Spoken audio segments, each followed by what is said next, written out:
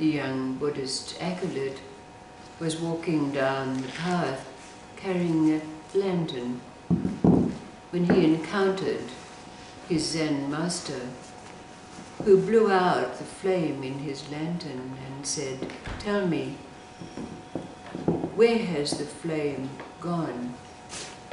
And the acolyte answered, "You tell me from where it came, and I'll tell you to where it has gone."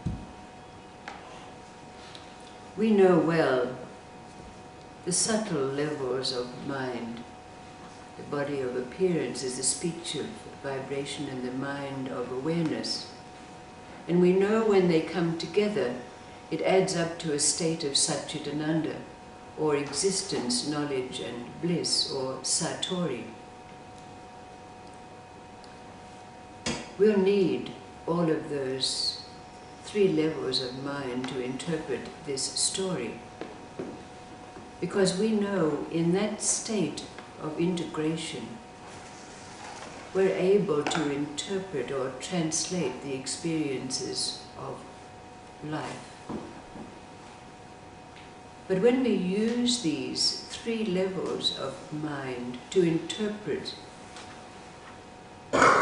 translate whatever experience is being had, where does the response come from? Let's test it out right now and see if we can experience it for ourselves. There were three brothers, and they had adventurous spirits. They loved to go off and experience new things. So they decided that they would each go in a different direction, and they would try to obtain, achieve something very special, something unique that they could bring back to share with one another. So the eldest brother went off in the direction of the east. And in his travels he came to one of those wonderful Asian bazaars, and there were snake charmers, there were magicians, there were belly dancers, all kinds of exotica abounding in this bazaar. And then he came across a stall that was selling something special. And when this was demonstrated to him, he found that it was a glass that you could look into and see wherever and whatever was happening in the far reaches of the globe.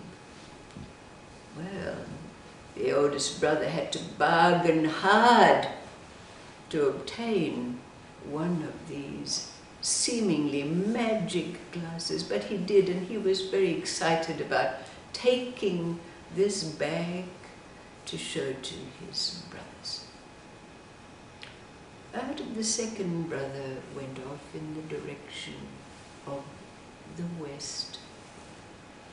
And when he was there, strangely enough, because it's a very Eastern thing, he came across a carpet seller. And there was the carpet seller out announcing his wares. But as the second brother looked, he saw the carpet at the bottom of the pile moving. He thought this was quite a phenomenon. So he went over to the carpet seller and he asked him. And by this time the carpet had kind of moved out to make itself more prominent. When the second brother asked him, the carpet said, "Yes, this is a magic carpet. If you obtain this carpet, it will take you anywhere you want to go in the world in just a matter of seconds." Well, the second brother had to bargain very hard for this, but he finally obtained this magic carpet. Well, he was very excited about taking this exotica back to his brothers. But the third brother went to the north. And in the north, it was found that it abounded in wonderful forests. So he traversed these forests until he came to one. And as he was walking through, all of a sudden he came to a grove of trees. And there was one that was different to the others. It was covered in beautiful, fragrant blossoms, but on it there was only one piece of fruit, a pomegranate.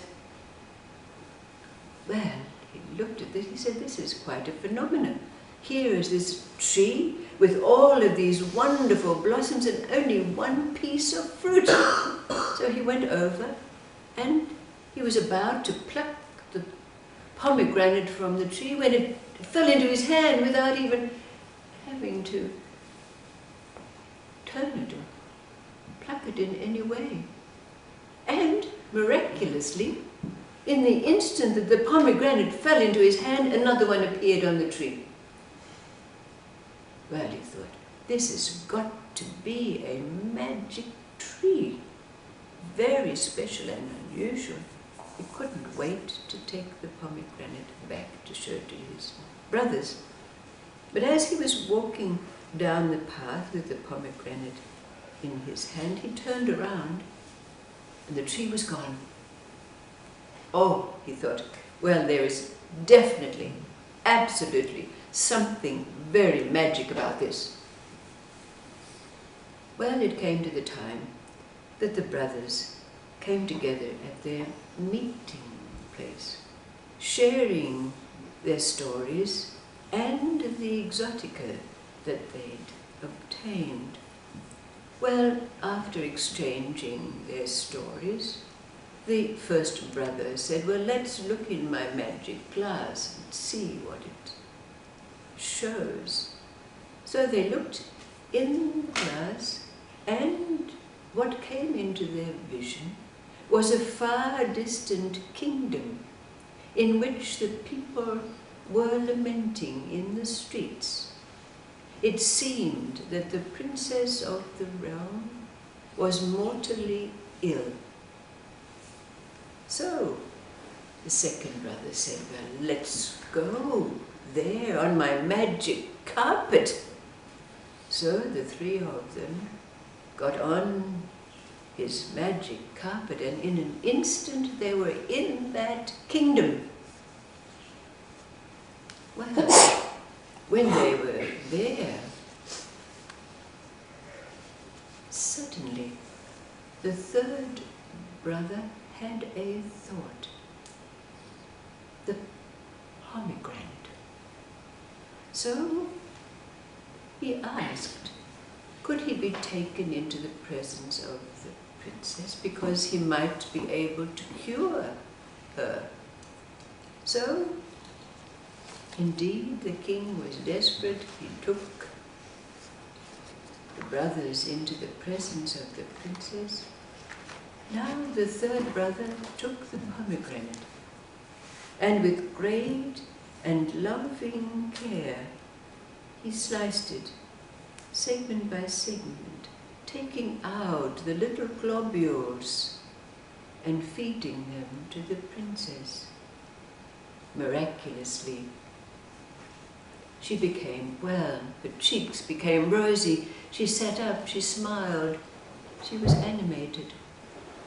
Now the king was so delighted with this, and in fact he'd put out an edict that whoever was able to cure the princess would have her hand in marriage and half his kingdom. So, of course, the king was ready to offer the princess. But then the three brothers got into conflict. Who was the one who was to wed the princess? The first brother said, well, if it was not for my magic glass, we would not have found and known that she was in this state. The second brother said, oh, if I didn't have my magic carpet, we would not have been able to find our way here. And the third brother said, well, if it wasn't for my pomegranate, she would not have been healed. So there was a great deal of dissension as to who was to wed the princess. So it was given to the king to decide. But the king could not solve this dilemma. So it was decided that the princess herself should be asked.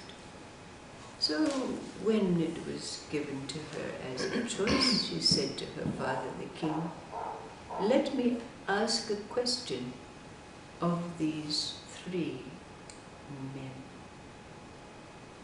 And to the first brother she said, do you still have what you came here with?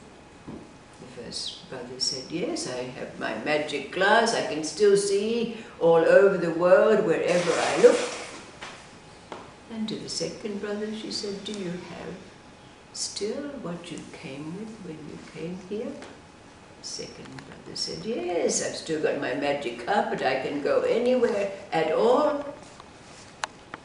And the third brother said, no, I have given to you all that I have.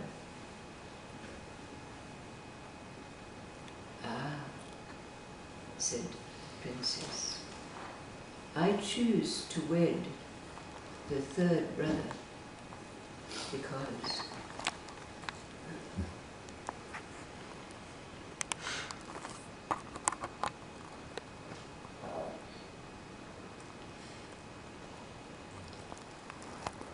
how would you complete this story?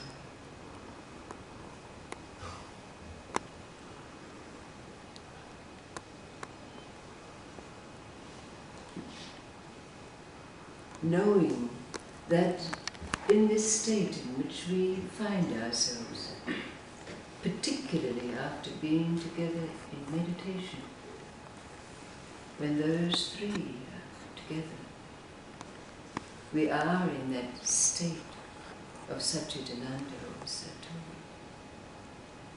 And deep within ourselves and at those three levels of mind, we understand this story very well. But now, when it's asked of you, what is the end of the sentence to complete this story?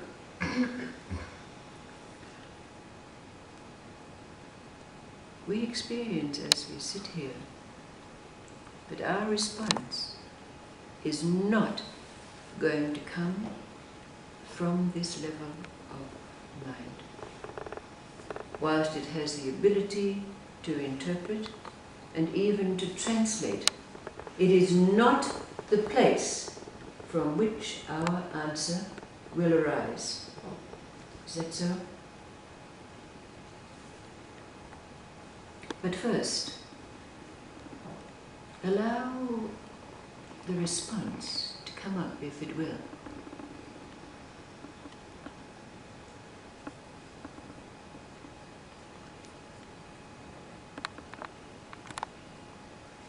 I choose this third brother because he has no attachment to the things of this world.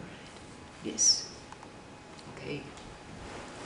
He gave himself totally. He gave what he had totally. He doesn't hold on. He doesn't hold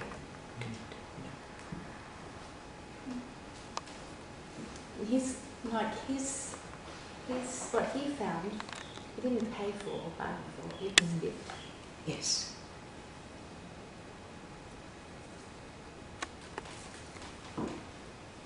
Because he emptied himself in that moment and he had no way of going back. No. If I were looking for a husband, that's what I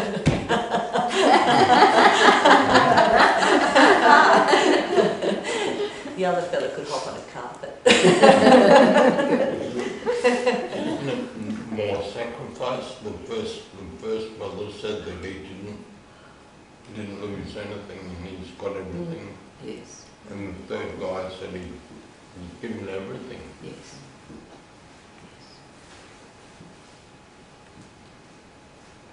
So we recognize by our answers to this that it comes from a place of our deepest knowing and understanding, not to do with the mind.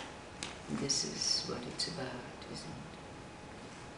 Which takes us back to that little anecdote of the Master. You tell me where it came from, and I'll tell you where it's gone.